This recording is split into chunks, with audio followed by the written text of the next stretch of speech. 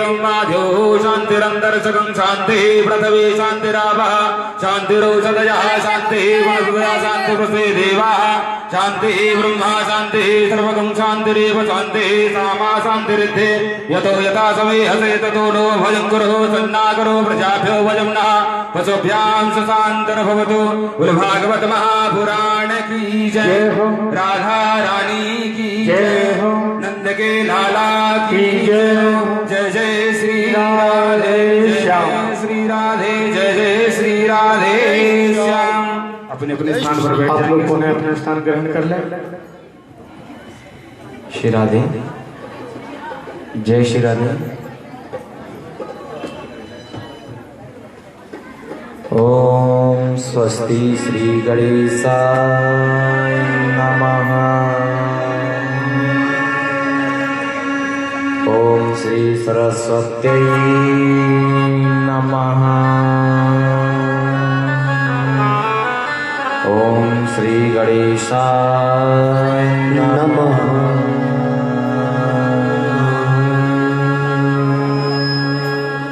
ओम श्री मातृपितृचरणकमलेभ्यो नमः। स्थान देवताभ्यो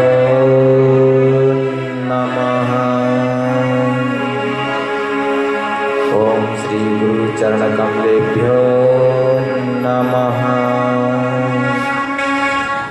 गुरुर्ब्रह्मा गुरुर्विष्णु गुरुर्देवो महेश्वरा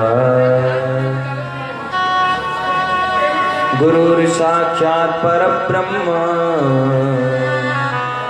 तस्मै श्री गुरुवे नमः। ध्यानमूलं गुरुमूर्ति पूजामूलं गुरुपदम् मंत्रमूलं गुरुर्वाक्यम् मोक्षमूलं गुरुकृपा। अखण्डमण्डलाकारं व्याप्तं येन चराचरं तत्पदं दर्शितं येन तस्मै श्री गुरुवे नमः। तस्मै श्री गुरुवे नमः। वक्रतुंड महाकाय कोटि सूर्य समप्रभा निर्विघ्नं कुरु मे देव सर्वकार्येषु सर्वदा। सरस्वती नमस्तुभ्यं वरदे कामरूपिणी कथा आरंभ करिष्यामि सिद्धिर्भवतु मे सदा। सर्वमंगलमांगल्ये शिवे सर्वार्थसाधके शरण्ये त्र्यंबके गौरी नारायणी नमोस्तुते। देयं सदा परिभवग्निमभीष्टदोहम् तीर्थास्पदं शिबिरं चिनुतं शरण्यम्। भृत्यार्तिहं प्रणतिपालिभवाब्धिपोतम् शिवन्दे महापुरुषुते चरणारविन्दम्। अस्ति स्वस्तरणीकराग्रविगला कल्पः प्रसूनाप्लुतम्। वस्तु प्रस्तुत वेणुनादलहरी निर्वाण निर्व्याकुलम्। सहस्ता सहस्रनैवर्धनी विवलसा गोपी सहस्रावृतम्। हस्तन्यस्तनतापवर्गमखिलो दारं किशोराकृति कृष्ण त्वदीय पद पंकज पंजरान्ते अद्यैव मे विशतु मानस राजहंसा प्राण प्रयाणि समये कफवेद्यवातै कंठाविरोदन विधो स्मरण कुतस्ते बर्हा पीड़म नटवर बपू कर्णयो कर्णिकारम विप्रदिवाशम कनक कपिशम वैजयन्तीं च माला रन्ध्रारवेणुरदर्शदया पूरयन् गोपवृन्दै वृन्दारण्यं स्वपदरमणं प्राविशत गीतकीर्ति वंशी विभूषितकरान्नवनीरिदाभा पीतांबरा तरुण बिंब फलादरुष्ठा पूर्णेन्दु सुंदरी मुखादर बिंदु नेत्रा कृष्णात् परं किमपि तत्त्वमहं न जाने मूकं करोति वाचालं पंगम लंघ्यते गिरिं यत्कृपा तमहं वन्दे परमानंद माधव अतुलित बलधामं हेमशैलाभदेहं धनुजबलिकृशानं ज्ञानिनामग्रगण्यं सकलगुणनिधानं वानराणामधीशम् रघुपति प्रिय भक्तं बातजातं नमामि नीलांबुज श्यामल कोमलांगं सीता समारोपित वामभागम् पाणौ महासायत चारुचापं नमामि रामं रघुवंशनाथम् सच्चिदानन्दरूपाय विश्वोत्पत्त्यादिहेतवे तापत्रय विनाशाय श्रीकृष्णाय वयं नमः। यं प्रव्रजन्तमनपेदमपेदकृत्यं द्वैपायनो विरहकातर आजुहाव पुत्रेति तन्मयतया तरगोभिनेधु तं सर्वभूतहृदयं मुनिमानितोऽस्मि नारायणं नमस्कृत्य नरं चैव नरोत्तमं देवीं सरस्वती व्यासं ततो जयमुदीरये। कृष्णाय वासुदेवाय हरये परमात्मने प्रणतक्लेशनाशाय श्रीगोविन्दाय नमो नमः। वसुदेवसुतं देवं कंसचाणूरमर्दनम् देवकी परमानन्दं कृष्णं वन्दे जगद्गुरुम्। योऽन्तः प्रविश्य मम वाचमिमां प्रक्षुप्ताम् सञ्जीवयत्यखिलशक्तिधरस्वधाम्ना अन्याश्च हस्तचरणश्रवणत्वगादीन् प्राणं नमो भगवते पुरुषाय तुभ्यम्। हास्यम हरिवनिता खिलोकतीव्र शोकाश्रुसागर विशोषण मृत्युदारम् सम्मोहनाय रचितं निजमाययाश्च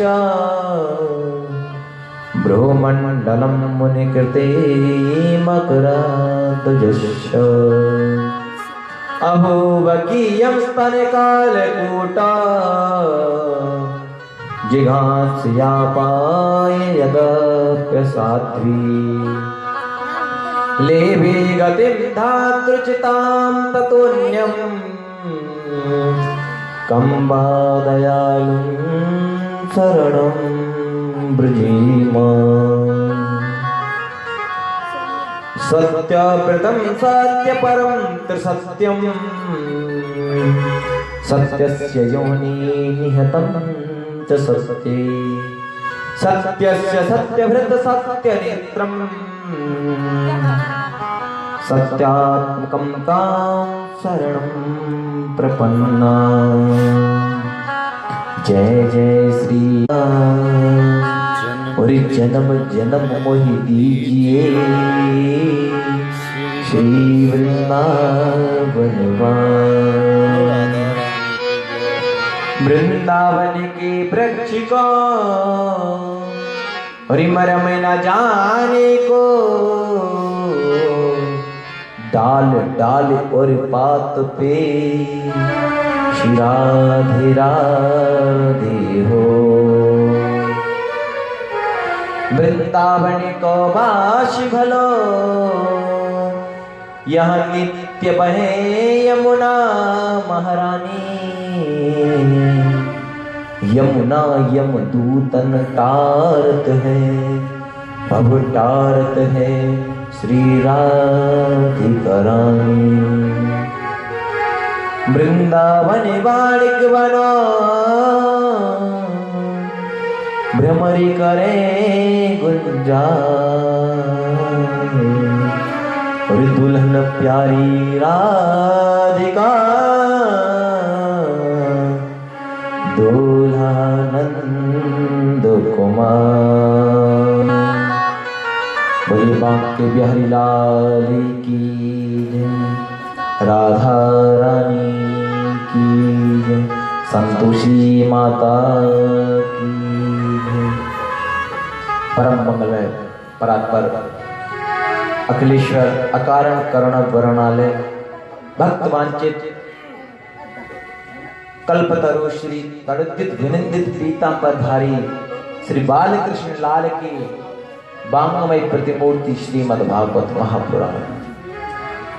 मेरे प्यारे भक्तों, मेरे गोविंद की असीम अनुकंपा है और माता संतोषी देवी की बड़ी कृपा है, महती कृपा है एवं श्री गुरुदेवों के आशीर्वाद से, माता पिता के आशीर्वाद से, हमारे पंडित जी के सहयोग से, पुजारी जी के सहयोग से श्रीमद् भागवत महापुराण के आज षष्ठम दिवस में प्रवेश करने जा रहे हैं, अवगाहन करने जा रहे हैं।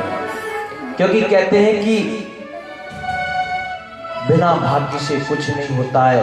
आप लोग यहाँ पर बैठे हो ना, वो भी पूर्व जन्म के भाग्य के कारण ही आप लोग यहाँ बैठे हो। कहते एक जन्म नहीं, दो जन्म नहीं, भाग्योदयेन बहुजन्म समर्जितेन शतसंगमम च लभते पुरुषो यदा वै अज्ञान हेतुकृत मोहमदान्धकारं नाशं विदेहि ततो दहते विवेका। कहते हैं कि एक जन्म नहीं, दो जन्म नहीं, अनेकों जन्मों का जब पुण्य उदय होता है, भाग्य उदय होता है, जब किसी भक्ति अनुष्ठान में प्रीति हो पाती है, लगन हो पाती है और कहीं नहीं हो सकती। कहते हैं कि अगर मेरे गोविंद के चरणों में, मेरे गोविंद की कीर्तन में, मेरे गोविंद की कथा में अगर मन लग जाए तो ये समझ लो, कहते हैं कि सत्संग का एक क्षण मिल जाए आप लोगों को तो उसकी बराबरी स्वर्ग अपवर्ग नहीं कर सकते। वैकुंठ भी नहीं कर सकता। कहते हैं कि सत्संग तो वो चीज है, कहते हैं ध्रुव जी महाराज को दर्शन तो मिले थे परमात्मा के मेरे गोविंद के, लेकिन उनको सत्संग नहीं मिला था, इसलिए क्रोध को नहीं जीत पाए थे। अगर पर भगवान की प्राप्ति से, गोविंद के दर्शन से अगर क्रोध को जीत लिए होते तो दुर्योधन ने तो ज्यादा नहीं तो 100-200 बार तो किए होंगे मेरे गोविंद के दर्शन। उन्होंने क्रोध नहीं जीता क्योंकि उन्होंने सत्संग नहीं किया था। जो सत्संग करेगा वही तो क्रोध पर जीत पाएगा, वही तो मेरे गोविंद के चरणों में प्रीति लगा पाएगा। सत्संग करोगे तभी कल्याण होगा, तभी मुक्ति का साधन मार्ग प्रशस्त होगा। अपनी वाणी को मंगलमय बनाते हुए मेरे गोविंद की वांग्मय प्रतिमूर्ति का चिंतन करते हुए हमारे साथ में 2 मिनट मेरे गोविंद का चिंतन करेंगे। सभी भक्त ताली बजा करके गोविंद के नाम के संकीर्तन करेंगे। ओ आओ आओ मेरे गोपाल आ जाओ, आओ आओ मेरे गोपाल आ जाओ।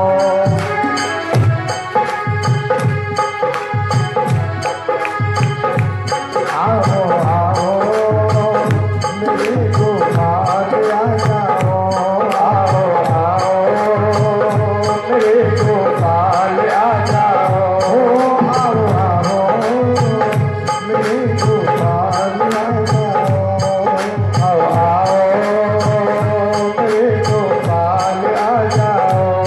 गोपाल आ जाओ मेरे नंदलाल आ जाओ, गोपाल आ जाओ मेरे नंदलाल आ जाओ, गोपाल आ जाओ मेरे नंदलाल आ जाओ, गोपाल आ जाओ मेरे नंदलाल आ जाओ।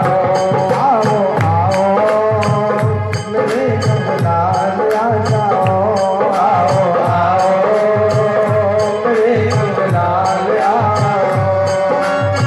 ताली सेवा करते हुए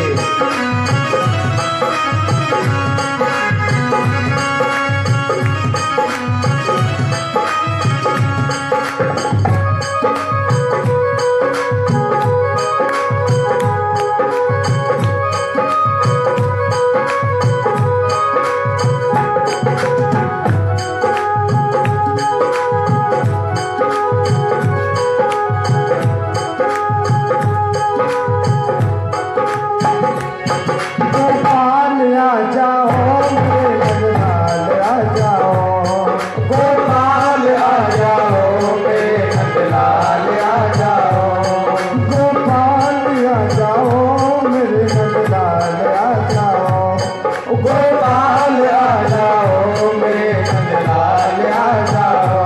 आओ आओ मेरे नंदलाल आ जाओ, आओ आओ मेरे नंदलाल आ जाओ, आओ आओ मेरे नंदलाल आ जाओ, आओ आओ मेरे नंदलाल आ जाओ। नंदलाल आ जाओ मेरे गोपाल आ जाओ, ओ नंदलाल आ जाओ मेरे गोपाल आ जाओ, ओ नंदलाल आ जाओ मेरे नंदलाल आ जाओ, ओ नंदलाल आ जाओ मेरे गोपाल आ जाओ। आओ आओ मेरे नंदलाल आ जाओ, आओ आओ मेरे नंदलाल आ जाओ। हरिओ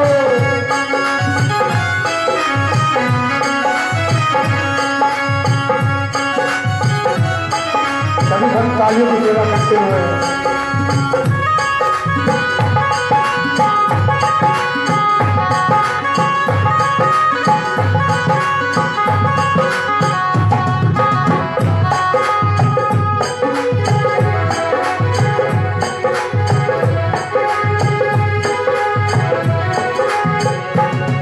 गोपाल आ जाओ मेरे घनश्याम आ जाओ, गोपाल आ जाओ मेरे घनश्याम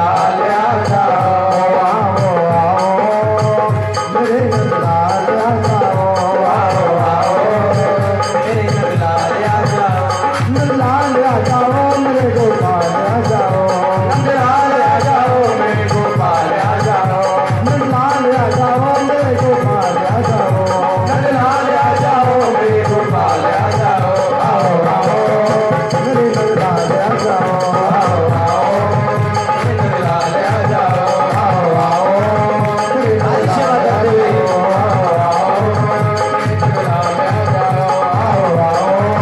मेरे नंदलाल आ जाओ,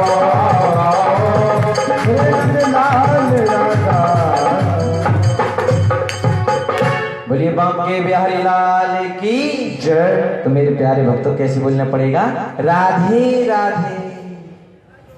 मेरे प्यारे भक्तों बताइए,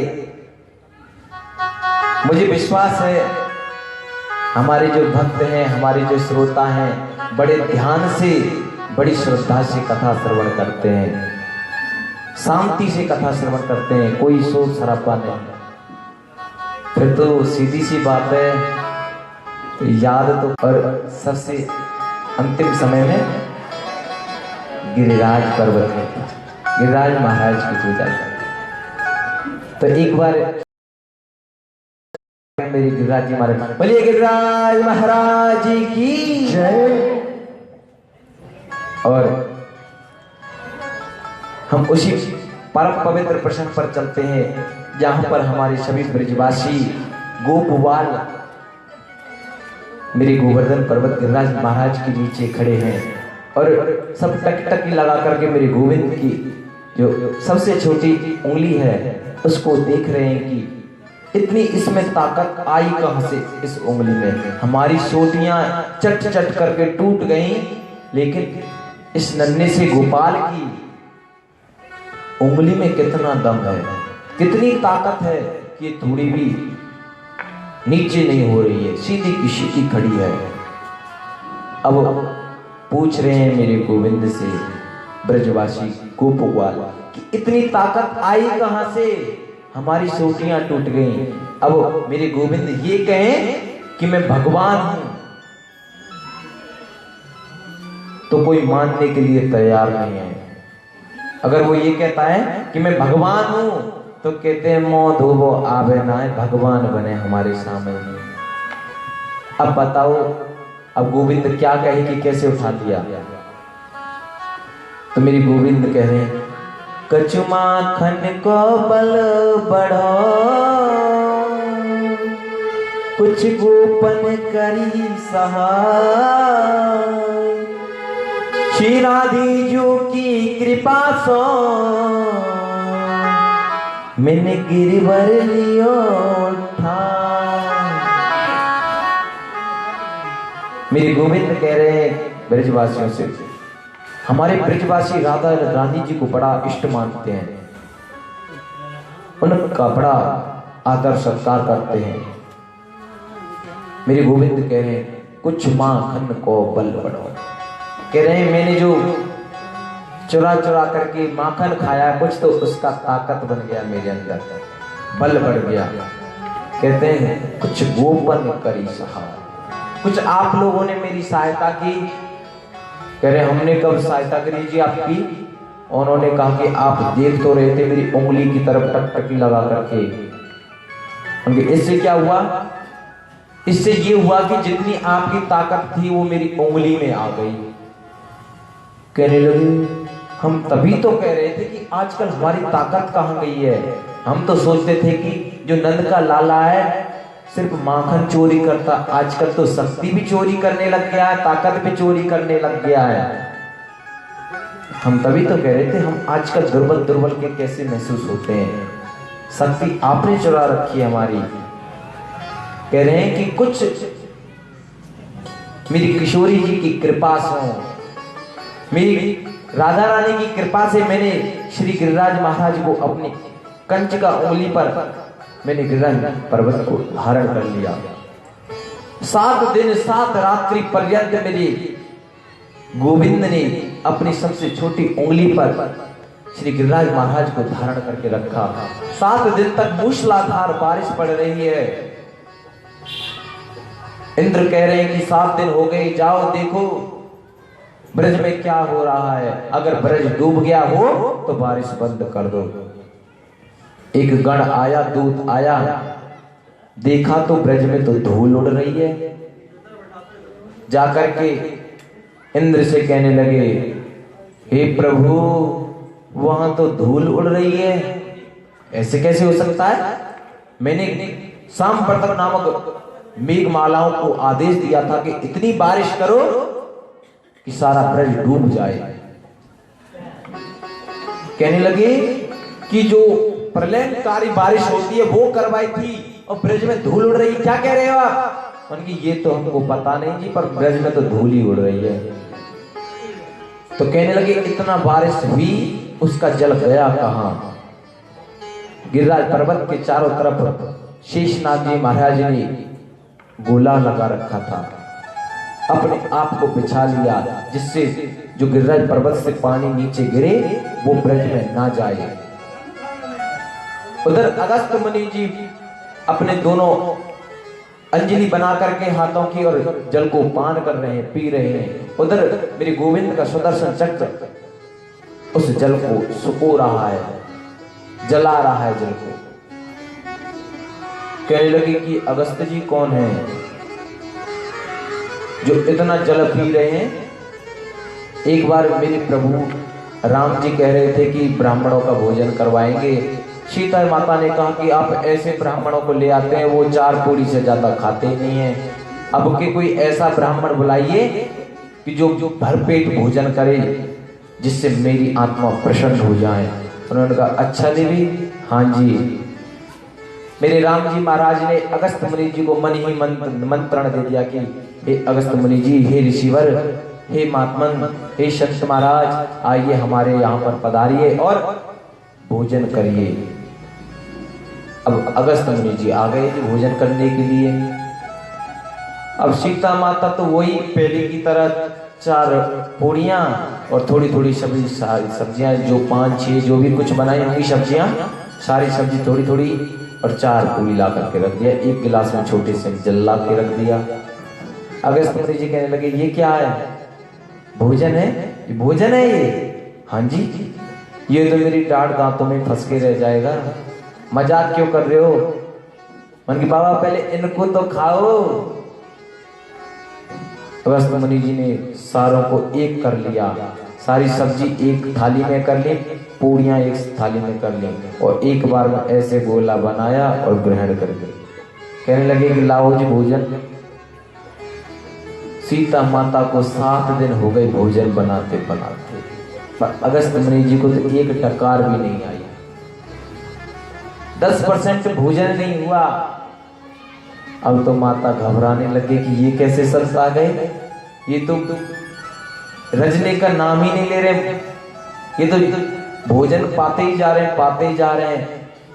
रिद्धि सिद्धि को बुलाया, गणेश जी महाराज नाल आए उनके साथ में और गणेश जी महाराज पूड़ियां उतार रहे हैं और रिद्धि सिद्धि दोनों पूड़ियां बेल रहे हैं। माता सीता जी जानकी पूड़ियां परोस रही है, परोसवाई कर रही है। 40 दिन तक कंटिन्यू भोजन चलता रहा। जब थक गई मेरे प्रभु ने माता सीता को गंभीर देखा, थका महसूस किया, तो मेरे प्रभु कहने लगे महाराज बस करो। अब उनका अभिमान दूर हो गया। जब जाके एक डकार आई, उन्होंने कहा कि हो गया भोजन? नहीं जी अभी तो आधा हुआ है। बस करो महाराज, आधा ही कर लो। आधा हो तो गया, आधा फिर कभी करना। महाराज 40 दिन तो हो गए बनाते बनाते, अभी आधा हुआ है और पता नहीं वो तो पछता भी जाएगा शायद, और दिन होते जाएंगे तो। और कहने लगे पानी वही गिलास में लेकर के आए थे, इस पानी से क्या होगा? कम से कम टनों में होना चाहिए पानी। तो मेरे राम जी कहने लगे हे संत भगवान, अब इसी से ही गुजारा कर लो, प्यास तो तुम्हारी मैं द्वापर युग में बुझाऊंगा।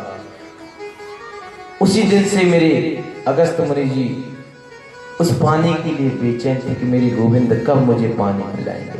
और आज वो समय आया है और मेरे अगस्त मुनि जी सारे पानी को पीते जा रहे हैं। जो इंद्र भगवान बारिश कर रहा है और अगस्त मुनि जी ओक लगाकर ऐसे अंजलि बना करके ग्रहण कर रहे हैं उस सारे जल को। इंद्र ने देखा तो बड़े आश्चर्य में पड़ गए, अरे मैंने ये क्या कर दिया। मैंने गोविंद के ऊपर शक किया, मैंने गोविंद के ऊपर उंगली उठाई कि ये कोई भगवान नहीं है, ये तो साक्षात ब्रह्म है, मुझसे गलती हो गई। पूजा तो इन्हीं की होनी चाहिए, मेरी नहीं होनी चाहिए। अब ब्रज में आकर के इंद्र भगवान इंद्रदेव मेरे गोविंद की प्रार्थना कर रहे हैं और 10 श्लोकों से मेरे गोविंद की स्तुति की और मेरे गोविंद ने उसे क्षमा कर दिया। कहने लगे कि ब्रह्मा जी को तो माफ किया नहीं, इसको क्यों कर दिया। कहते हैं कि विशुद्ध सत्वम तव धाम शांतम तपोमयम ध्वस्तरजस्तमक्कम माया मयोयम गुण संप्रभायो ना विद्यते प्राणानुबंधा। और इंद्र भगवान आकर के चरणों में गिर गए और प्रार्थना कर शरणं ब्रजेमा। मेरे गोविंद से कह रहे हैं इंद्रदेव कि हे मेरे प्रभु, हे मेरे गोविंद, आप जैसा करुणावान कौन होगा। कहते अहो बकीयम स्तन काले कूटा, आपने पूतना जैसी राक्षसी को उद्धार कर दिया जो सद्भावना से नहीं आई थी। किस भावना से आई थी। स्तनों पे कालकूट नामक विष लगा करके आई थी कि इस विष को पिए मेरा गोविंद और गोविंदाय नमो नमः हो जाए। कहते हैं कि उसका भी आपने कल्याण कर दिया, उसका भी आपने उद्धार कर दिया। जो गति माता यशोदा को बाद में मिलेगी वो आपने पूतना को पहले दे दी। आप जैसा दयालु करनावान कौन होगा। इंद्रदेव बड़ी चापलूसी कर रहे हैं, प्रार्थना कर रहे हैं, स्तुति कर रहे हैं। कहते हैं कि मेरे गोविंद कह रहे हैं भक्त हमारे पग धरे वहां धरू में हाथ सदा संग लागत फिरो कबहू न छोड़ू साथ। कहते हैं कि मैं तो भक्तों के लिए अपना सारा जीवन कुर्बान कर सकता हूं। कहते हैं भक्त मेरी तरफ एक पग बढ़ा करके तो देखे, अगर कांटे होंगे तो मैं अपना हाथ नीचे रख दूंगा और सदा संग लागत फिरूं कबहू न छोड़ू साथ। सदा संग उनके नाल नाल चलूंगा, उनके साथ परछाई बन करके चलूंगा। कभी कष्ट आएगा तो मैं। मेरे गोविंद प्रसन्न नहीं हुए क्योंकि हमारे कलयुग का जो उम्र है वो है 4,32,000 वर्ष और द्वापर की जो उम्र है वो है 8,64,000 वर्ष और त्रेता की है 12,96,000 वर्ष करने। और इंद्र जी ने जो कार्य किया है भक्तों को मेरे गोविंद के समीप लाने का कार्य किया है। इसलिए मैंने ब्रह्मा को माफ नहीं किया, इसलिए मैंने इंद्र को माफ कर दिया। क्योंकि इंद्र का जो कार्य भक्तों को मेरे समीप बुलाने का है, समीप लाने का है, मेरे साथ रहने का है, मेरी छत्र छाया के नीचे रहने का है। और ब्रह्मा ने जो कार्य किया था मेरे भक्तों को मुझसे अलग करने का किया था। क्योंकि वो गोप ग्वालों को, मेरे सखाओं को उठा करके ब्रह्मलोक में ले गए थे तो भक्तों को अलग कर दिया था मेरे गोविंद से, इसलिए उसको माफ नहीं किया ब्रह्मा जी को और इंद्र जी को माफ कर दिया। इंद्र कहने लगे मुझे कोई परवाह नहीं, आप इंद्र आसन किसी को भी दे दो, मैं तो यहीं पर गोविंद की गिरिराज महाराज की तलहटी में भजन करूंगा और ब्रजवासियों की मधुकरी मांग करके अपना पेट भर लूंगा और यही भजन करूंगा। मेरे गोविंद कहने लगे जिस किसी व्यक्ति को ऐसो आराम की जिंदगी जीने की आदत पड़ जाती है ना, वो इतना कष्ट नहीं सह सकता। हमारी माताएं बहनें हैं जो अगर जून के महीने में बाहर टेंट लगा के अब कथा करना कहेंगे कि एसी को छोड़ करके दोपहर में कौन मरेगा, नहीं आएंगे, क्योंकि उन्हें एसी की आदत आएंगी तो ऐसे पसीना छोड़ेंगे कि जैसे इनको अभी स्नान कराया हो।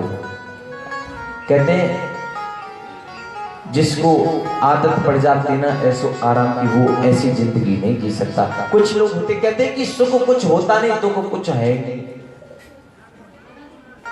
आप पिंडों में जाइए, गांवों में जाइए, वहां पर जो लोग खेती करते हैं, हर जोतते हैं, अब तो हर तो है नहीं, फिर भी दोपहर में काम करते हैं। और जब नींद आती है ना जुते हुए खेत में, उसमें इतने मोटे मोटे ढीले भी होते हैं और हाथ की तकिया लगा करके बड़ी आराम की नींद ले लेता है।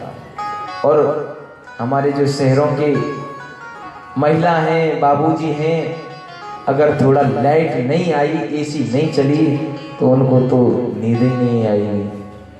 कहेंगे क्या करें जी महाराज, आज लाइट नहीं आई, इन्वर्टर से एसी चल नहीं सकती, बिना एसी के नींद नहीं आई।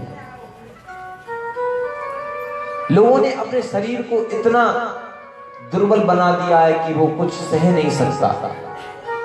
अगर कहा जाए कि थोड़ा भ्रमण करे आओ पैदल पैदल जाके, कहेंगे नहीं महाराज हमारे बस का बात नहीं है। अभी यहाँ की अमृतसर की बात है, 3 मार्च से वहाँ कथा थी, 9 मार्च को वहाँ सुखदेव विदाई हुई थी, तो वहां पर कलश यात्रा के लिए माताओं को बोला था, बस 2-3 किलोमीटर की होगी यात्रा, शोभा यात्रा थी। उसमें कहने लगे महाराज हमसे नहीं चला जाएगा, इतना लंबा कौन चलेगा, 3-4 किलोमीटर, नहीं जी नहीं, अगर यहीं कहीं करवानी है कलश यात्रा तो करवा लीजिए, इतना दूर चलने का हमारे बस का नहीं। और हमारे गांव में मेरे गिरिराज महाराज की जो परिक्रमा है 21 किलोमीटर की है, और उसको हमारे यहाँ के 4.5 घंटे में लगा देते हैं परिक्रमा को। और बड़े प्रसन्न होकर के उनके मुंह पर थोड़ा भी उदासीपन नहीं होता, थोड़ा थकान नहीं होती है, और आराम से हंसते हंसते लगा देते हैं, क्योंकि वो कार्य करते रहते हैं, उन्होंने शरीर को मेहनत में ढाला है। आप लोग यहाँ ऑफिस चले गए, ऑफिस से आकर के खाना बना लिया, खाना बना करके थोड़ी टीवी देखी, सो गए, फिर नहा धो करके रोटी पानी बना करके फिर ऑफिस चले गए। मेरे गोविंद कह रहे हैं इंद्र भगवान से, इंद्रदेव से कि जाओ अपनी स्वर्ग की गद्दी को संभालो। और कहते हैं याद आएगी उनको कभी ना कभी, कृष्ण दर्शन तो देंगे कभी ना कभी, ऐसा विश्वास मन में जगाते चलो, कृष्ण गोविंद गोपाल गाते चलो, कृष्ण गोविंद गोपाल गाते चलो। कहते हैं कि ऐसा विश्वास होना चाहिए मन में कि हमारे गोविंद हमारे साथ हैं, हमको कभी अकेला छोड़ ही नहीं सकते। एक बार मेरे गोविंद पर भरोसा करके तो देखो, विश्वास करके तो देखो। कहते हैं विश्वासो फलदायक, जो पुरुष हो या स्त्री हो जो परमात्मा पर विश्वास करता है ना, वही संसार में आगे होता है। अब मीरा, हमारी मीराबाई थी, मेरी गिरधर पर, मेरी गोपाल पर उन्हें पूर्णतः विश्वास था। उनके पति ने उनको विष का प्याला पीने को दिया था, उसको भी हंसते हंसते पी गई। कहते हैं कि मीरा तो ऐसी दीवानी हो गई थी मेरी गोविंद के रंग में, ऐसी रंग गई थी उनको सारा जग सूना लगने लगा। कहते हैं अरे मेरी उठे बिरह की पीर सखी वृंदावन जाऊंगी, मेरे उठे बिरह की पीर सखी वृंदावन जाऊंगी, मेरे उठे बिरह की पीर सखी वृंदावन जाऊंगी, मेरे उठे बिरह की पीर सखी वृंदावन जाऊंगी, वृंदावन जाऊंगी सखी वरुदान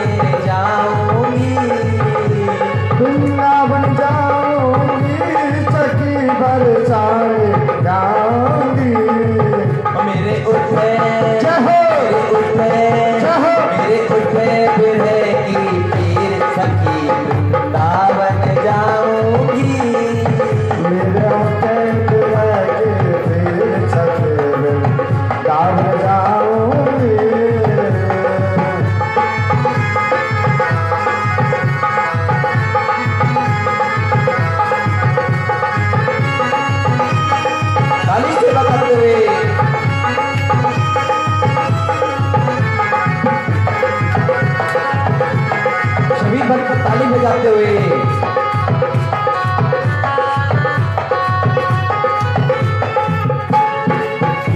हम की सूरत मत मारी, हम की सूरत मत सारी, लगे मोको प्यारी प्यारी, लगे मोको रहेगी तेरे सफीक आवन जाऊंगी।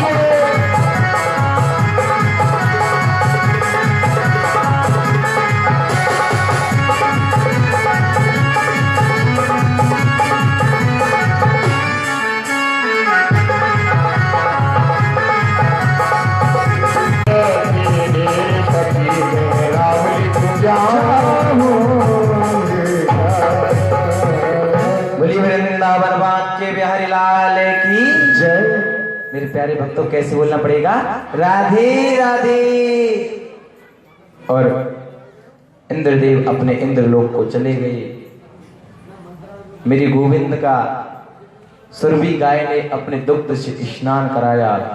कहते कहा विद्यति इति गोविंद, जिसका गाय भी वंदन करती है, विंदती करती है, वही तो गोविंद है। जो गायों के इष्ट है वही।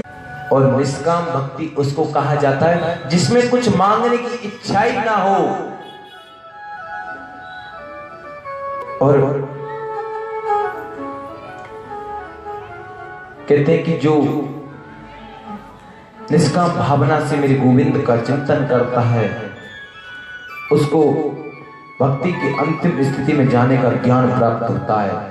और मेरे चैतन्य देव जी कह रहे हैं भक्ति मुक्ति स्पृहायावत पिशाची। 1 किलो चीनी दे दीजिए, खंड दे दीजिए।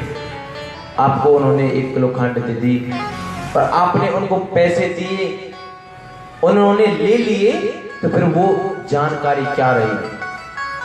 हिसाब बराबर हो गया वो तो।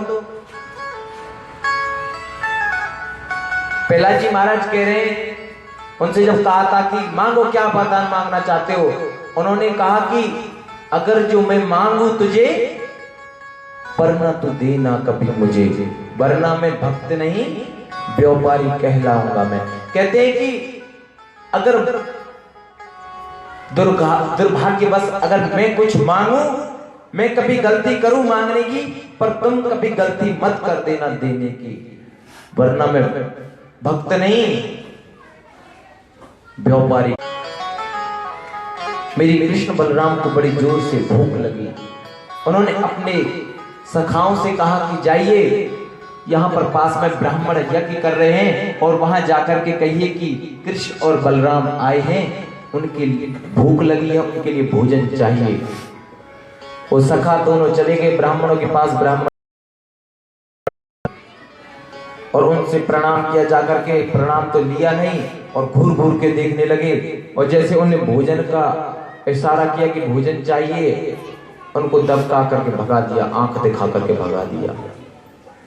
सखा वापस लौट करके गए और कह रहे हैं आप भी जन पता नहीं कैसी कैसी जगह पर पहुंचा देते हो हमें क्या पता था वहां हमारी बेइज्जती करवाने के लिए भेज रहे हो हमें। हम तो कभी नहीं जाते। वो ब्राह्मणों ने हमारी बेइज्जती करके भगा दिया, आंखें दिखा रहे थे हमें और दबका के भगा दिया, जाओ यहाँ से, भाग जाओ, यहाँ कुछ नहीं है।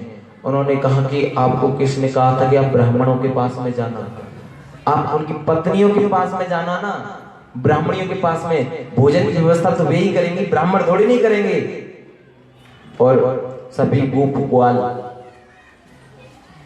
ब्राह्मणियों के पास में गए, यज्ञ पत्नियों के पास में गए और उनसे कहा कि हमारे कृष्ण और बलराम दोनों आए हैं, उनको भूख लगी है, उनकी भोजन की व्यवस्था करो।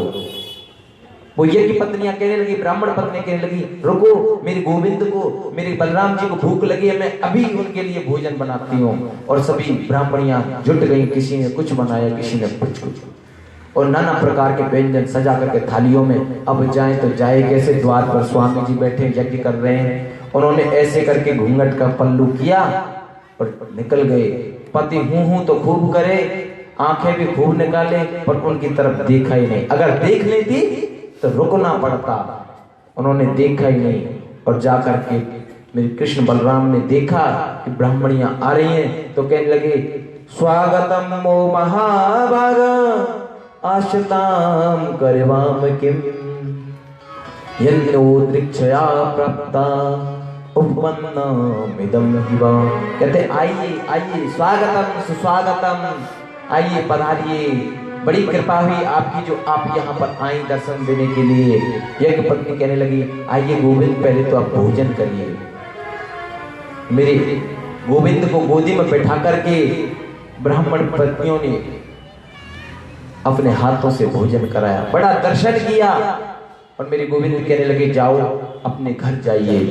उन्होंने कहा, अब नहीं जाएंगे, हमको हमारे स्वामी घुसने ही नहीं देंगे, क्योंकि हम बिना पूछे आए थे ना।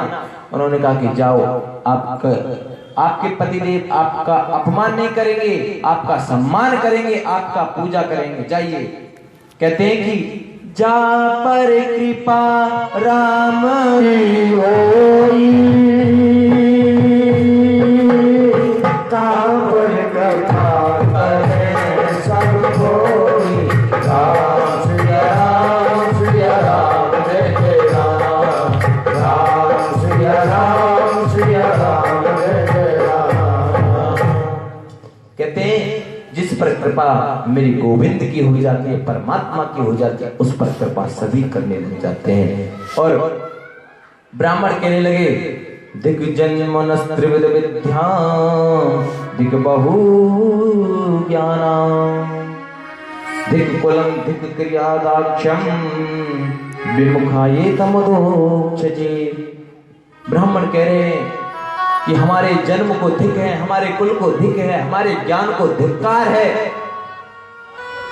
जिस हम ब्रह्म की पूजा कर रहे हैं, यज्ञ कर रहे हैं, वो ब्रह्म हमको दर्शन देने के लिए आए, लेकिन हमने अहंकारवश उनको नहीं पहचाना, उनको नहीं हमने आदर सत्कार दिया, हमने उनके दर्शन नहीं किए। भाग्यवान तो आप हो जो आप मेरे प्रभु का दर्शन करके आए। कहते हैं कि माताएं कह रही हैं, ब्राह्मण पत्नियां कह रही हैं कि ये भी तो फल आपकी इस तपस्या का ही है, नहीं तो हम गोविंद के दर्शन के कहाँ काबिल थे। वो तो आपने जो यज्ञ किया, आपने जो पूजा अनुष्ठान की, उसके प्रभाव से आपके चरणों में प्रीति हुई, आपके चरणों के ही इस कीर्तन बंधन से, सेवा से ही हमको ये सब कुछ प्राप्त हुआ, दर्शन प्राप्त हुए। कहते हैं कभी कभी ऐसा होता है। एक बार हम कथा में गए थे जीरकपुर, यहीं चंडीगढ़ के पास है।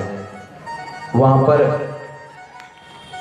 एक माता आई थी कहने के लिए, क्या करें व्यास जी, हमारे इस बहू ने तो पूरा परिवार, पूरा टफर ही परेशान करके पटक रखा है, पता नहीं कब देवी मैया आ जाए इस पे।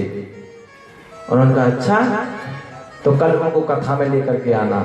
ठीक है जी, वो कथा में लेकर के आ गई। अब तो कथा जैसे प्रारंभ हुई, वो तो हिलने लगी ऐसे करके और कहने लगी मुझे चंडी मैया आ रही है। अब काफी देर तक, क्योंकि कथा तो हो नहीं सकती, अगर कोई शोर शराबा हो जाए तो सभी भक्तों का, श्रोताओं का ध्यान उसकी तरफ हो जाता है। अब हमारे एक पंडित जी थे, वो कहने लगे, व्यास जी कुछ ये दिखावा सा नहीं लग रहा है? मैंने कि दिखावा सा लग रहा है तो फिर आप कोशिश करके देख लीजिए। वहां एक संत जी का धूना का वो था चिमटा, उसने वो चिमटा को लगाया और वो भी ऐसे करके नार हिलाने लगा कि मुझे हनुमान बाबा आ रहा है। और जैसे ही चिमटा लेकर के उनके पास पहुंचे तो उनकी चामुंडा देवी और चंडी मैया पता नहीं कहां गायब हो गई। कहते किसी भी बहाने से सासों से सेवा करवाओ, बस बहुओं की यही तमन्ना होती है। कभी सासें ऐसा करती हैं कि बहू पर कैसे भी डरा धमका करके काम कराओ, ऐसा नहीं होना चाहिए। प्यार से, प्रेम से रहना चाहिए, माँ बेटी की तरह रहना चाहिए, तभी तो उस घर में क्लेश कभी नहीं होगा। उस घर में दिनों दिन समृद्धि बढ़ेगी, धन बढ़ेगा, लक्ष्मी बढ़ेगी, पुत्र पौत्र धनम धान्य सब कुछ दूना होता जाएगा। और कहते हैं कि सास को देख करके बहू खुश नहीं होती है, बहू को देख करके सास खुश नहीं होती है, उस घर की कभी उन्नति नहीं हो सकती।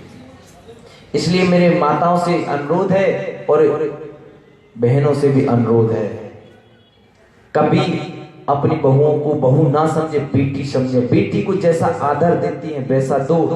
कहते हैं कि बेटी अगर किसी काम के लिए कहते हैं ना कर देती है तो उसको कोई डांटते थोड़ी नहीं है, चलो कोई बात नहीं है, बच्ची है, ऐसे क्षमा कर देते हैं, ऐसे ही क्षमा कर देना चाहिए। और जैसे बेटी माँ के यहाँ पर माँ अगर वो क्रोध में आकर के, गुस्से में आकर के आपको अलग कर दे तो घर किसका बिगड़ेगा? आप लोगों का बिगड़ेगा। माँ बापों का क्या है, वो तो बेचारे कुछ दिनों के हैं, कष्ट पा करके चले जाएंगे। जिंदगी किसकी खराब होगी? बस थोड़ा सा लड़ाई झगड़ा क्या हुआ तो जी मुझे तुम्हारे साथ में नहीं रहना है, डिवोर्स दे दो, तलाक दे दो। अरे कहते हैं कि ये जो रिश्ता होता है 7 जन्मों का होता है। पति पत्नी को ऐसे रहना चाहिए जैसे रेल की पटरी दोनों एक साथ चलती हैं। बच्चे उनको स्लीपर बन के जकड़े रहते कि उसको उधर नहीं जाने देते, उसको उधर नहीं जाते। हमारे यहाँ पर रोज लड़ाई होती है, रोज की प्यार होता है। और पता है बड़ी आसान सी धमकी देती हैं, वो तो मैं इन बच्चों की वजह से रुकी हुई हूं नहीं, अब तक तो कब की चली जाती वृंदावन भजन करने के लिए। जब पिताजी रुष्ट हो जाते कहते हैं इन बच्चों की वजह से रुका हुआ हूं, नहीं तो मैं भी वृंदावन चला जाता। कहते बच्चों को स्लीपर बना करके जकड़े हुए दोनों को, उसको उधर नहीं जाने देते, उसको उधर नहीं जाने देते। यहाँ पर क्या है, यहाँ कुछ उल्टा ही सिस्टम है, क्योंकि हमारे यहाँ पर माताएं होती हैं वो बाहर कमाने के लिए नहीं जाती, ऑफिस नहीं जाती, घर का कार्य करती हैं। वो कहती हैं अगर हम यहाँ से जाएंगे तो रहेंगे कहाँ? कहते हैं पियर में भी, मायके में भी तभी रोटी मिलती है, तब वहां कमाओगे, काम करोगे, खेतों पे जाओगे तभी रोटियां मिलेंगी। भाभी भी कह देगी अगर इतनी बढ़िया होती तो वहीं क्यों नहीं रही अपनी ससुराल में जो मायके में रखी थी। और यहाँ तो भाई सभी माताएं बहनें सभी ऑफिस जाती हैं, कहती हैं कि मुझे तेरे पैसे की कोई लोड़ नहीं है, मैं तो स्वयं कमाती हूँ, स्वयं अपना खर्चा चला सकती हूँ। कहते हैं कि ऐसा नहीं होना चाहिए, तभी तो घर दूर हो जाते हैं। माता बहनों से अनुरोध है कि लड़ाई झगड़ों से बचना चाहिए, ये कोई अच्छी चीजें नहीं है। हमारे गोविंद की 16,108 विवाह हुए थे, कभी किसी शास्त्र में उनकी लड़ाई झगड़े की बात नहीं आई। और घर में अगर 4 परिवार रह लेते हैं, 4 बेटे होते हैं तो चारों बेटे शादी होते ही अलग अलग हो जाते हैं। कहते हैं कि मैं इसका मुंह नहीं देखना चाहते, वो कहता मैं इसका मुंह नहीं देखना चाहता हूं। कोई चंडीगढ़ रहेगा, कोई दिल्ली रहेगा, कोई अमृतसर रहेगा, कोई धारीवाल रहेगा, सब अलग अलग रहेंगे। और पहले जो होते थे एक साथ रहते थे। 5 पांडव थे हमारे, 5 पांडव जीते जी कभी अलग नहीं हुए, पांचों के पांचों एक साथ रहे, एक घर में रहे, क्योंकि भाई भाई का क्या बैर है। कहते हैं कि अगर भाई भाई में लड़ाई भी होती है, अगर कहीं बाहर लड़ाई होगी तो भाई आपको जाएगा बचाने के लिए कि मेरा भाई है। कहते हैं खून का रिश्ता वो होता है। कहते हैं कुछ लोग तो चंद पैसों के लिए भाई को दगा दे देते हैं, भाई को धोखा दे देते। कहते हैं कि एक बार एक नदी में भाई बहन जा रहे थे, नाव में बैठ करके उसके एक पुत्र भी था और वो नाव डूबने वाली थी। उन्होंने कहा कि ये पाप कौन कर रहा है? एक साइड में बेटा है, एक साथ में भाई है छोटा, दोनों को दुग्ध पान करा रही, स्तन पान करा रही है। उन्होंने कहा कि ये पाप कर्म कौन कर रहा है? उस स्त्री से कहा या तो अपने पुत्र को रखो या इस भाई को रखो, एक को नदी में फेंक दो, जब ये नाव बच सकते, नहीं तो सारी नाव डूब जाएगी। उन्होंने आप देखा नहीं ताप देखा नहीं, अपने पुत्र को उठाया और नदी में फेंक दिया। उसने कहा मेरी जिंदगी रही तो पति और कर लूंगी, पुत्र और हो जाएंगे, लेकिन मां का जाया हुआ भाई नहीं मिल सकता मुझे, क्योंकि लड़ेंगे झगड़ेंगे, कोई कितना भी कठोर भाई हो, कितना भी कठोर पिता हो, जब बेटी की डोली उठती है तो वो भी रोता है, पुत्र के लिए कदाचित नहीं रोता है। कहते हैं कि दुर्भाग्यवश जवान पुत्र मर जाता है, पिता एक आंसू भी नहीं डालता है, विधि का वेदांत हो गया। लेकिन जब बेटी की डोली विदा होती है तो वो पिता भी बड़ा फूट फूट के रोता है, वो भी उस समय बड़ा रोता है। कहते हैं कि भाई और बहन को, भाई भाई को, मां बेटे को, पिता और बेटे को, पुत्र को कभी लड़ना झगड़ना नहीं चाहिए। कहते हैं प्रेम से रहो, 4 दिन की जिंदगी है, इसमें भी लड़ झगड़ करके जाओगे तो परमात्मा को क्या जवाब दोगे? परमात्मा पूछेगा कि आपने इस जिंदगी में क्या क्या किया, तो आप क्या जवाब दोगे कि भाई से हमने दगा किया था? ये कहोगे कि बहन से हमने दगा किया। कुछ लोग तो थोड़े से धन दौलत के लिए भाई भाई को गोली से मार देते हैं।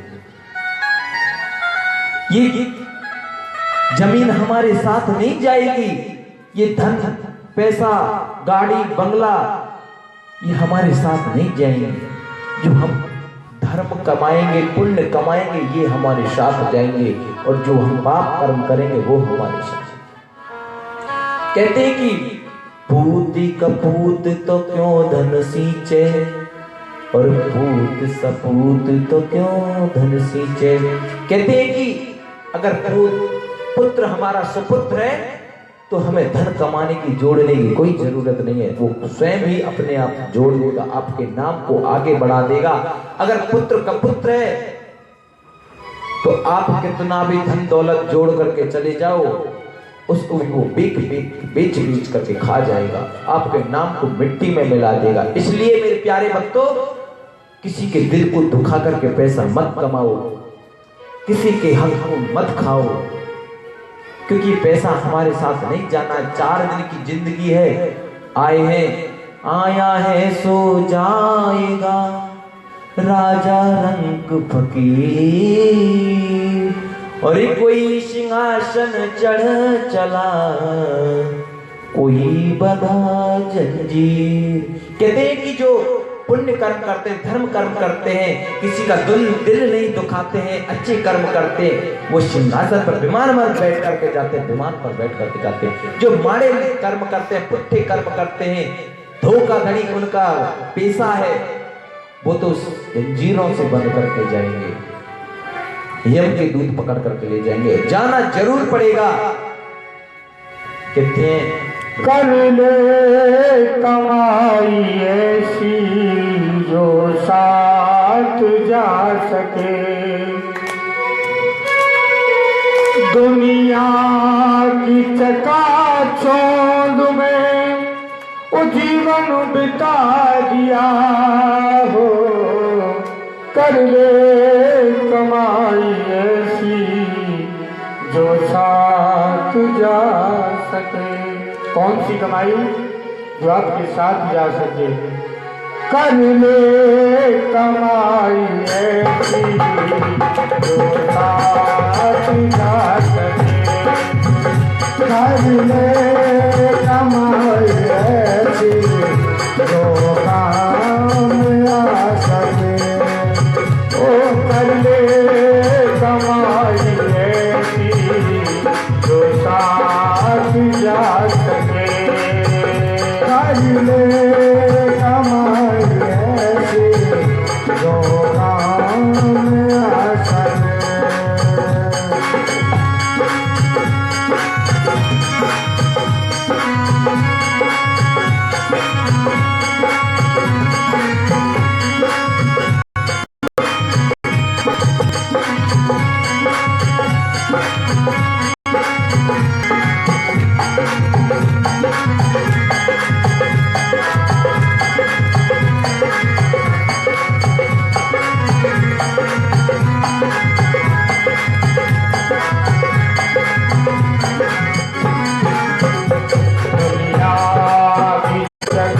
चौध में जीवन बिता दिया, दुनिया की चौध में जीवन बिता दिया, अनमोल रतन हीरा सब यूं ही गमा दिया, अनमोल रतन हीरा तुम यूं ही गमा दिया, अनमोल रतन हीरा तूने यूं ही गमा दिया, और गुरु को बनाओ साथी, गुरु को बनाओ साथी, जो साथ जा सके, कर ले कमाई ऐसी जो साथ जा सके, कर ले कमाई ऐसी जो काम आ सके, कर ले कमाई ऐसी जो साथ जा सके। बोलिए बाप के बिहारी लाल की जय। मेरे प्यारे भक्तों, कैसे बोलना पड़ेगा? राधे राधे। और मेरे गोविंद ने सभी ब्रजवासियों को स्वप्न में ही वैकुंठ का दर्शन कराया। एक बार नंद बाबा गलती से रात्रि के समय में यमुना माता में स्नान करने के लिए चले गए और वरुण लोक से दूत आए और उनको पकड़ करके ले गए। मेरे गोविंद वहां पर गए, वरुण जी को दर्शन दे करके आए और अपने पिता नंद बाबा को वहां से लेकर के आए। आचार्य सुखदेव जी महाराज रासलीला का प्रसंग सुनाने जा रहे हैं राजा परीक्षित को, और कहते हैं कि रास पंचाध्याय श्रीमद् भागवत के पंच प्राण हैं। कहते हैं कि ब्रज के नंद लाला राधा जी के सावरिया, सब दुख दूरी हुए जब तेरा नाम लिया। हो ब्रज के नंद लाला राधा जी के सावरिया, सब दुख दूर हुए जब तेरा नाम लिया, सब दुख दूर हुए तेरा नाम लिया। ब्रज के नंद लाला राधा जी के सावरिया, सब दुख दूर हुए जब तेरा नाम लिया, सब दुख दूर हुए जब तेरा नाम लिया।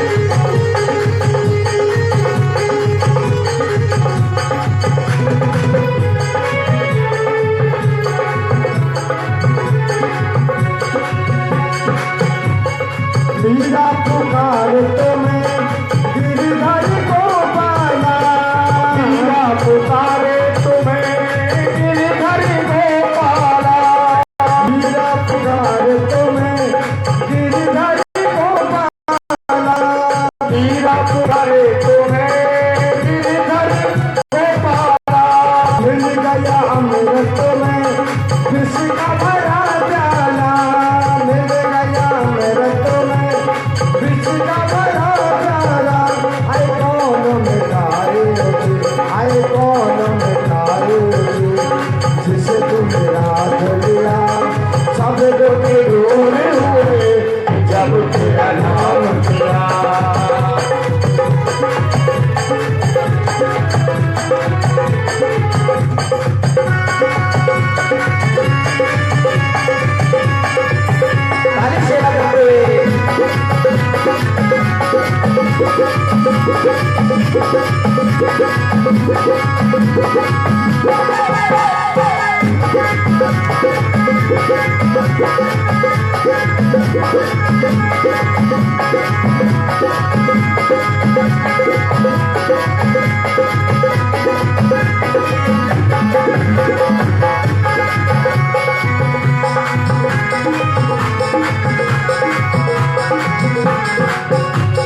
जब तेरे गोकुल में आई विपदा भारी, जब तेरे गोकुल में आई विपदा भारी, जब तेरे गोकुल में आई विपदा भारी, जब तेरे गोकुल में आई विपदा भारी। एक इशारे में सारी विपदा टाली, एक इशारे में सारी विपदा टाली, एक इशारे में सारी विपदा टाली, एक इशारे में सारी विपदा टाली। ओ मुड़ गया गोबर भया, उठ गया गोबर भया, जिसे तूने उठा लिया सब दुख दूर हुए जब तेरा नाम लिया। तेरे जिक्र नंदलाला तेरा जिक्र नाम लिया, सब दुख दूर हुए जब तेरा नाम लिया, सब दुख दूर हुए जब तेरा नाम लिया। ओ सब दुख दूर हुए जब तेरा नाम लिया।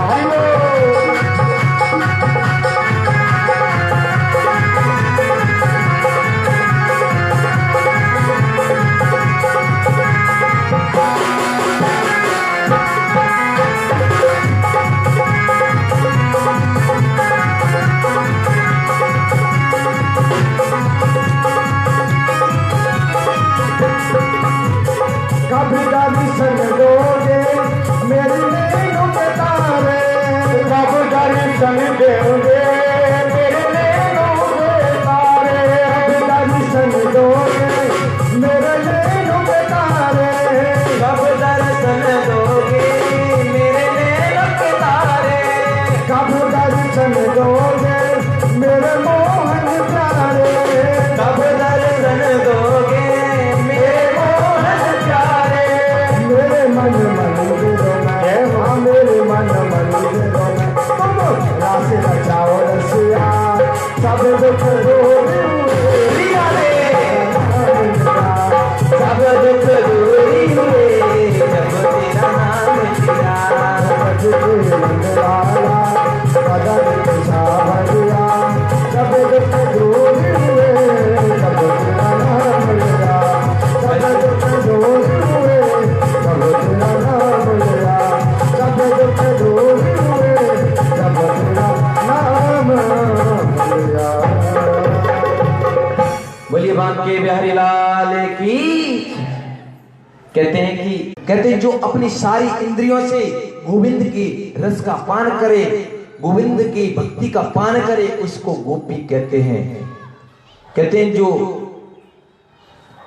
प्रत्येक इंद्रिया से गोविंद का नाम संकीर्तन श्रवण करने का ही मन करे, वही रास का अधिकारी है। एक बार जब हमारे राम जी वन में गए थे तो जितने भी ऋषि मुनि थे सभी गोपियां बन करके आई हैं। राक्षसों की पुत्री थी वो भी गोपियां बन के आई हैं। जो मत्स्य अवतार लिया था, कश्यप अवतार लिया था मेरे गोविंद ने, जब मछलियों ने जो मत्स्यों की पुत्रियां थी, नाग कन्याओं ने मेरे गोविंद के साथ में रास करने के लिए गोपियां बन करके आई हैं। कहते हैं कि साक्षात वेद भी गोपियां बन करके आई हैं। कहते हैं कि 4 वेदों में 3 कांड होते हैं, एक ज्ञान कांड, उपासना कांड और कर्म कांड। कहते हैं उपासना कांड में 16,000 मंत्र होते हैं और कर्म कांड में 80,000 मंत्र होते हैं। वो 16,000 ही मेरी गोविंद की 16,000 जो पत्नियां थी वही पत्नियां हैं, और 100 इनमें से विशेष भक्ति को प्रकट करने वाले जो मंत्र हैं वही 16,100 हैं, और 8 रानियां जो हैं वो पृथ्वी जल अदमेश निमेश मन बुद्धि अहंकार, ये 8 पटरानियां हैं। कहते हैं कि ये सभी ब्रज में गोपियां बन करके आई हैं। श्रुति रूपा, मुनि रूपा, साधन सिद्धा, स्वयं सिद्धा, दैत्य कन्या, मत्स्य कन्या, ये सभी गोपियां बन करके आई हैं। आज शरद रात्रि की पूर्णिमा की रात्रि है और मेरे गोविंद ने वेणु का निनाद किया, मेरे कन्हैया ने यमुना किनारे बांसुरी बजाई और मेरे गोविंद बांसुरी बजा रहे हैं। और जितनी भी गोपियां हैं जो कुछ कर रही थी, कोई दूध दूह रही थी, गाय को दूह रही थी तो आधी दूही, आधी को छोड़ करके आई, कोई श्रृंगार किया और आ गई मेरे गोविंद के पास। कोई स्त्री अपने पुत्र को दुग्ध पान करा रही थी तो आधा ही दुग्ध पान कराया और छोड़ करके आ गई। ऐसी बंसी बजाई श्याम ने, मेरी सुध बिसराई श्याम ने। ऐसी बंसी बजाई श्याम ने, मेरी सुध बिसराई श्याम ने। ऐसी बंसी बजाई श्याम ने, मेरी सुध बिसराई श्याम ने। नी मैं हुई दीवानी, नी मैं हुई मस्तानी, नी मैं हुई दीवानी, नी मैं हुई मस्तानी, नी मैं हुई दीवानी, नी मैं हुई मस्तानी, नी मैं हुई दीवानी, नी मैं हुई मस्तानी। ऐसी जोत जगाई श्याम ने, जगाई श्याम ने। ऐसी बंसी बजाई श्याम ने, मेरी सुध बिसराई श्याम ने।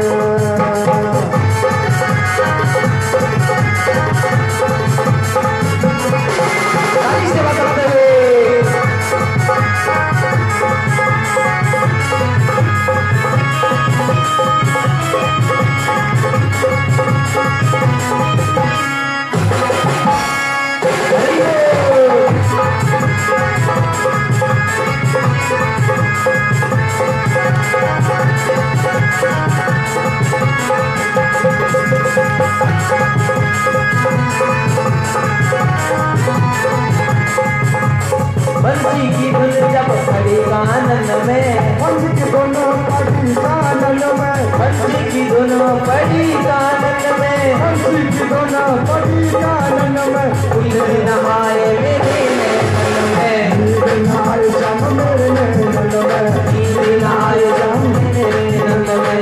बंसी की धुन पड़ी कानन में, नींद नहाए श्याम मेरे नैनन में, नींद नहाए श्याम मेरे नैनन में। ऐसे नदिया ओ तुझी नदिया, ऐसे नदिया उड़ाए श्याम ने। हरि बोल, ऐसे नदिया उड़ाई श्याम ने, तेरी सुध बिसराई श्याम ने। मस्ती में झूठ गए तो सेवा करते।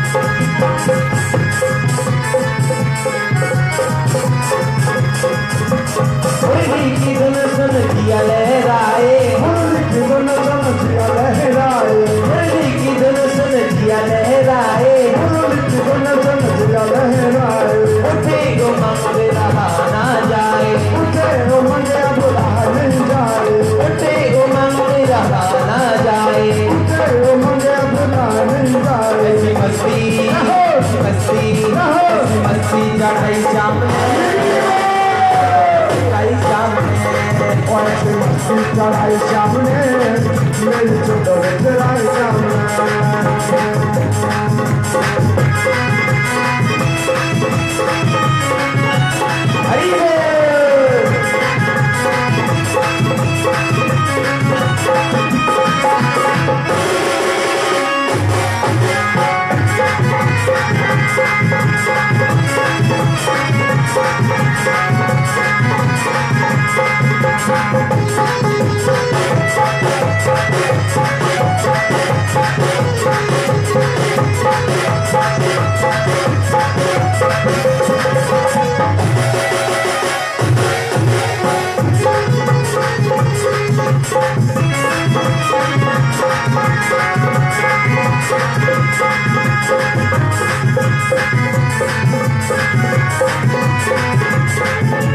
यमुना किनारे श्याम बंसी बजावे, यमुना किनारे श्याम बंसी बजावे, यमुना किनारे श्याम बंसी बजाए, यमुना किनारे श्याम बंसी बजावे।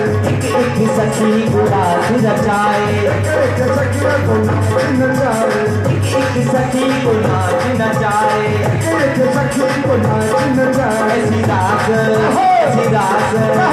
रात रचाई श्याम और ऐसी रात रचाई श्याम ने मेरी चोदर चढ़ाई श्याम ने।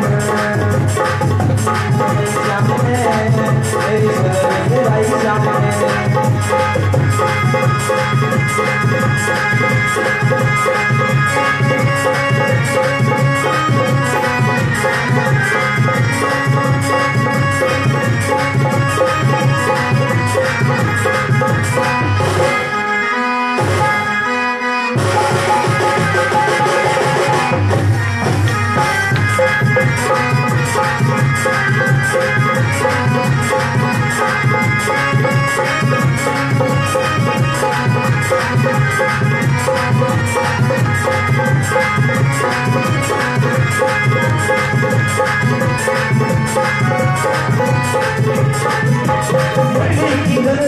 ऐसी में हो गई, मुरली की धुन ऐसी में हो गई, मुरली की धुन ऐसी में हो गई, मुरली की धुन ऐसी में हो गई। दुनिया से नाता छोड़ शांति में हो गई, दुनिया से नाता तोड़ शांति में हो गई, दुनिया से नाता तोड़ शांति में हो गई, दुनिया से नाता तोड़ शांति में हो गई। ऐसी लगन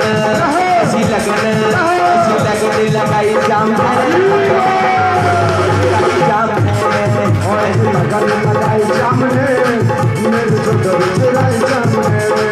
ऐसी बंसी बजाई श्याम ने मेरी चोदर चढ़ाई श्याम ने। ऐसी बंसी बजाई श्याम ने मेरी चोदर चढ़ाई श्याम ने। ऐसी बंसी बजाई श्याम ने मेरी चोदर चढ़ाई श्याम ने। ऐसी बंसी बजाई श्याम ने मेरी चोदर चढ़ाई श्याम। बोलिए रास बिहारी भगवान की जय हो। तो मेरे प्यारे भक्तों कैसे बोलना पड़ेगा? राधे राधे। श्री राधे। और सभी गोपियां आ गई हैं मेरे गोविंद के पास में और कहते हैं निशम गीतम दिग्वंद वर्धनम भजस्त्रिया कृष्ण गृहीत मानसा आजा मुरंतो मलचितम विद्यमा सायत्र कांतो जबलोल कुंडला। कहते हैं कि निशम गीतम दिग्वंद कृष्णं विदु पराकांतम नादो ब्रह्मतया मुने गणप्रभायो परमस्तामा। चल पंडित जी को नहीं आता। हाँ जी। Oh no.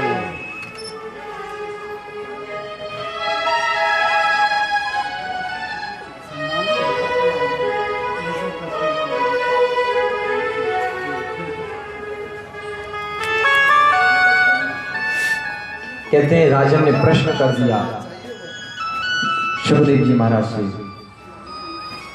हे गुरुदेव ये तो किसी भगवान के कर्म तो नहीं हो सकते कि पराकांतः पर स्त्री के साथ में रास रचाया है। ये तो कोई अच्छा कर्म है नहीं मेरे गोविंद ने जो किया है। उन्होंने कहा उक्तं पुरस्तादेतत्ते चेत्या सिद्धिं यथा गता दशन्निभे ऋषिकेशं केवता दोक्षजाप्य। शुभदीप जी महाराज बोले, राजन किसी भाव से मेरे गोविंद का चिंतन करो, कल्याणकारी होता है। कहते हैं कि अगर तन्मयता नहीं है, भाव नहीं है, तो वैसे भी मेरे गोविंद का नाम स्मरण करो, तन्मयता अपने आप आ जाएगी।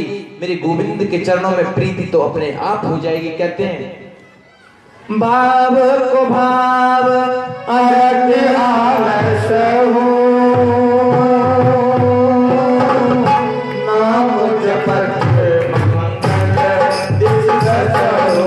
राम श्री राम श्री राम जय जय राम, राम श्री राम श्री राम जय जय राम।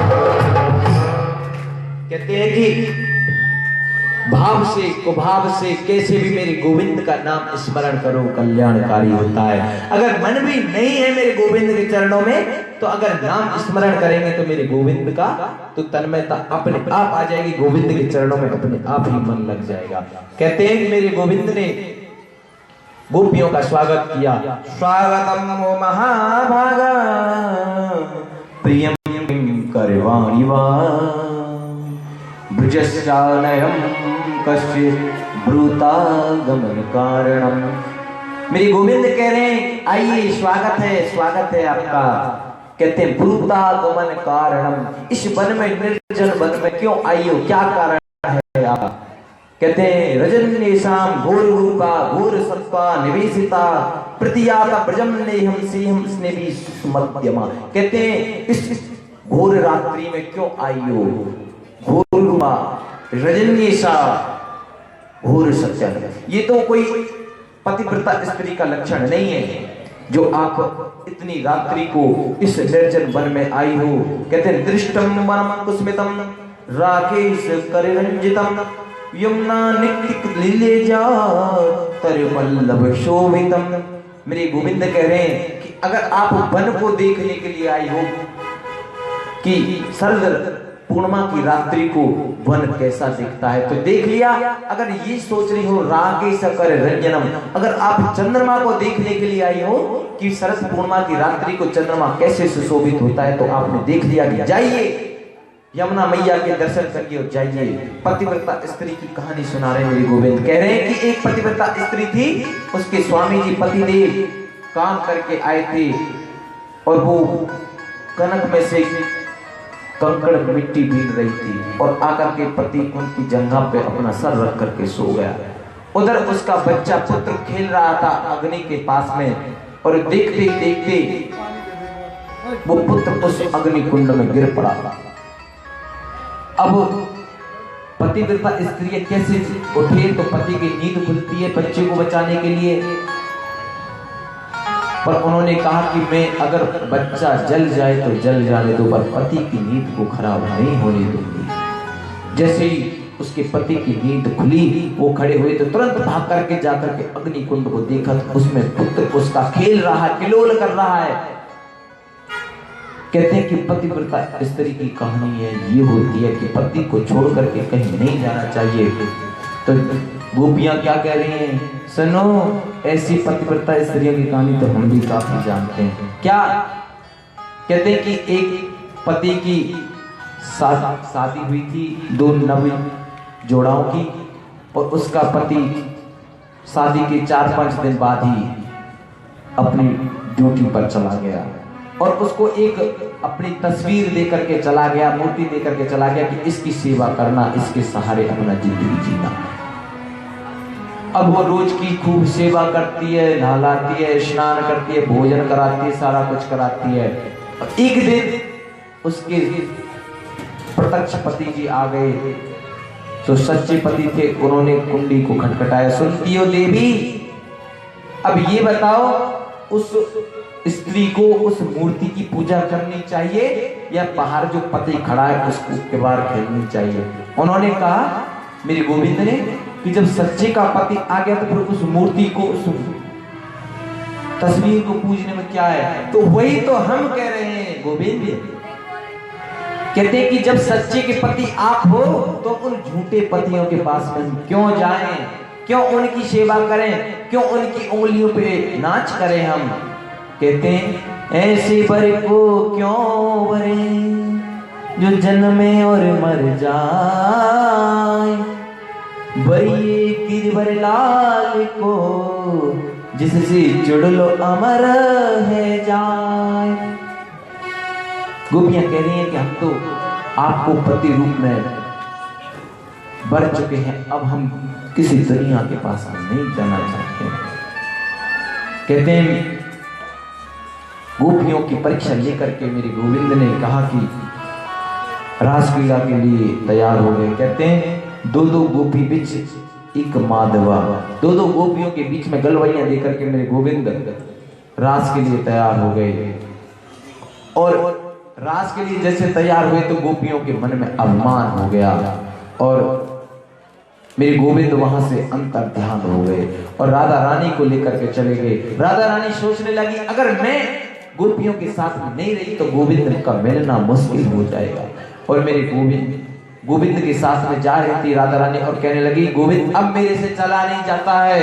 उन्होंने कहा तो मेरे कंधों पर बैठ जाओ। जैसे राधा रानी कंधों पर बैठने की कोशिश की तो मेरे गोविंद वहां से भी अंतर ध्यान हो गए और रोने लगी। इधर गोपियां रो रही हैं, उधर राधा रानी रो रही हैं और सभी से पूछ रही हैं हे तुलसी मैया आपने मेरे गोविंद को देखा है? कभी पृथ्वी माता को पूछती हैं हे पृथ्वी देवी आपके ऊपर तो मेरे गोविंद चल कर के गए होंगे, आप ही बता दो मेरे गोविंद कहाँ है। यमुना मैया से पूछ रही आप ही बता दो हमारे गोविंद कहाँ है। सब रोते रोते बड़े विलाप कर रही हैं और राधा रानी और गोपियां सभी एक हो गई और यमुना के किनारे आ गई और कहते हैं सभी गोपियों में अपने आप को गोविंद समझने लगी और कहने लगी आओ ब्रजवासियों मैं आपको गिरिराज पर्वत दर्शन कराता हूँ, आयो गोपियों चिंता मत करो, आइए ब्रजवासियों मैं आपको कालिया दह से मुक्त कराता हूँ, आइए मैं आपको दावा अग्नि से बचाता हूँ। अपने आप को कृष्ण समझने लगेंगे। लाली तेरे लाल की जित देखो जित लाल जो देखने में गई मैं हो गई लाल। कहते हैं सभी गोपियां अपने आप को गोविंद समझने लगी और कहने लगी हे गोविंद हे ब्रजवासियों आइए मैं आपकी रक्षा करूंगा, मैं आपको कोई कष्ट नहीं होने दूंगा। पुनः पुलिनमागत्य कालिंद्या कृष्ण भावना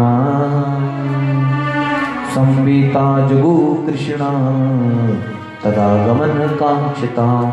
और श्री राधा रानी को लेकर के सभी गोपियां यमुना के किनारे आ गए। कहते भागवत है जो भक्ति अनुष्ठान है, हम भी गोपियों की भांति गोविंद के दर्शन करेंगे और गोपियां किस तरह रुदन कर रही हैं हम गोपी गीत के माध्यम से आपको बताएंगे।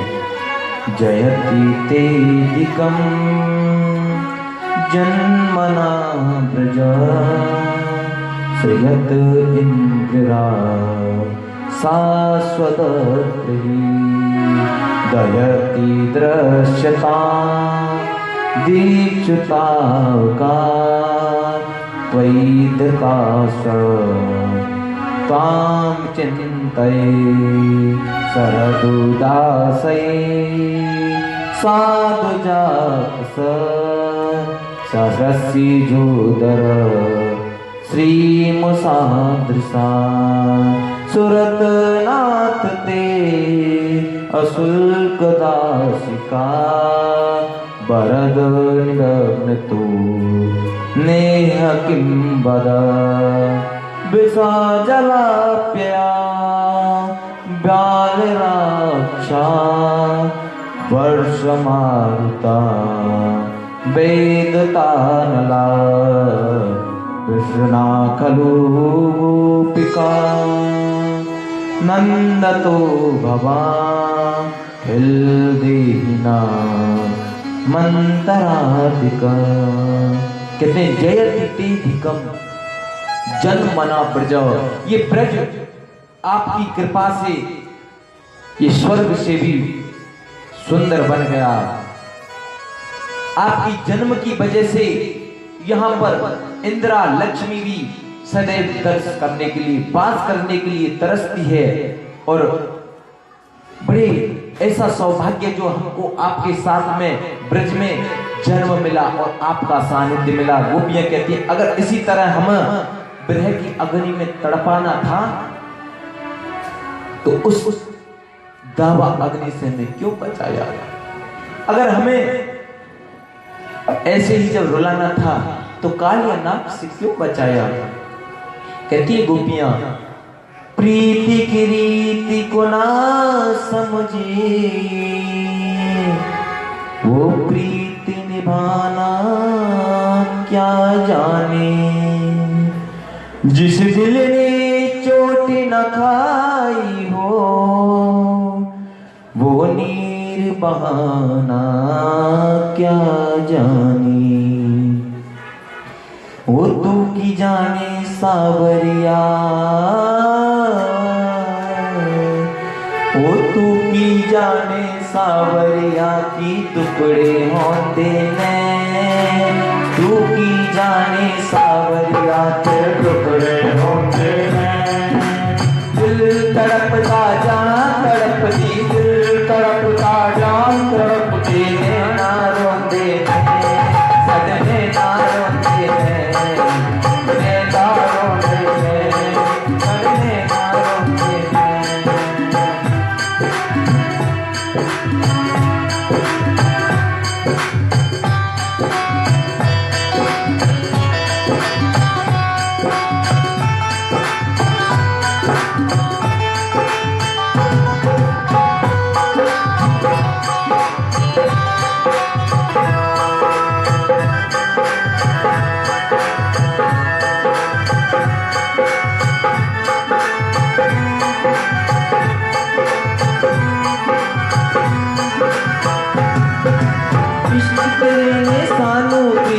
जग सारा भुलवाया रे, जग सारा भुलवाया रे, जग सारा भुलवाया।